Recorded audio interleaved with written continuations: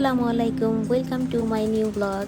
তো প্রিভিয়াস ব্লগে আমি আপনাদেরকে বলেছিলাম যে আমি কিন্তু নেক্সট ব্লগে আমি আগারগাঁওতে কোথায় শপিং করতে গিয়েছিলাম, কি শপিং করলাম সব আমি দেখাবো। তো আজকের এই ব্লগটা এটা নিয়েই। তো এখানে আমি এসেছিলাম বাংলাদেশ চীন মৈত্রী সম্মেলন কেন্দ্রতে আন্তর্জাতিক বাণিজ্য মেলায়। এই আন্তর্জাতিক বাণিজ্য মেলার সামনে কিন্তু আপনারা দেখতে পাচ্ছেন অনেকগুলা ফুড স্টল বসেছিল, লাইক আইসক্রিম, তারপর হচ্ছে ফুচকা, এই ধরনের জুস আইটেম অনেকগুলো ছিল, কারণ সেদিন অনেক গরম ছিল আর ওই গরমের মধ্যে জুস বা আইসক্রিম অবশ্যই দরকার ছিল। আমি আইসক্রিম খেয়েছিলাম কারণ সেদিন একদমই অনেক বেশি গরম ছিল।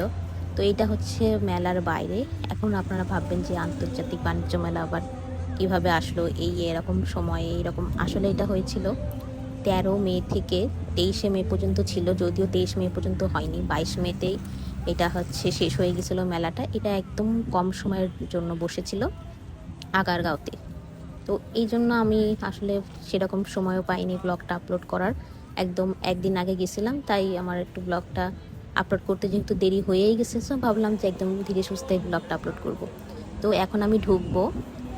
প্রথমেই ঢুকে আপনারা কিছু দেশীয় আমাদের কসমেটিক্সের স্টল পাবেন। আর এখানে কিন্তু অনেক ধরনের আইটেম ছিল। এরপরে একটা চায়না স্টল ছিল, তারা একদম চায়না থেকে এসেছিল। চায়না অনেক রিংস, তারপর হচ্ছে ইয়াররিংস, তারপর চায়না লকেট, চেন, এগুলো অনেক কিছু ছিল ওখানে একদম কম প্রাইসে। আর এটা একটা পাকিস্তানি দোকান ছিল। এই পাকিস্তানি দোকানে অনেক ড্রেসের কালেকশন ছিল। আমি আসলে দেখিনি, দূর থেকে দেখে আমি অনেক ভয় পেয়ে গেছিলাম আসলে দাম কেমন কেমন পরিমাণ হবে। আমার ডান হাতেও এখন একটা দেখতে পাচ্ছেন পাকিস্তানি স্টল। সো ওইখানেও আমি একটা যাইনি, আসলে এত স্টল ছিল যে সব ঘুরে শেষ করা যায় না।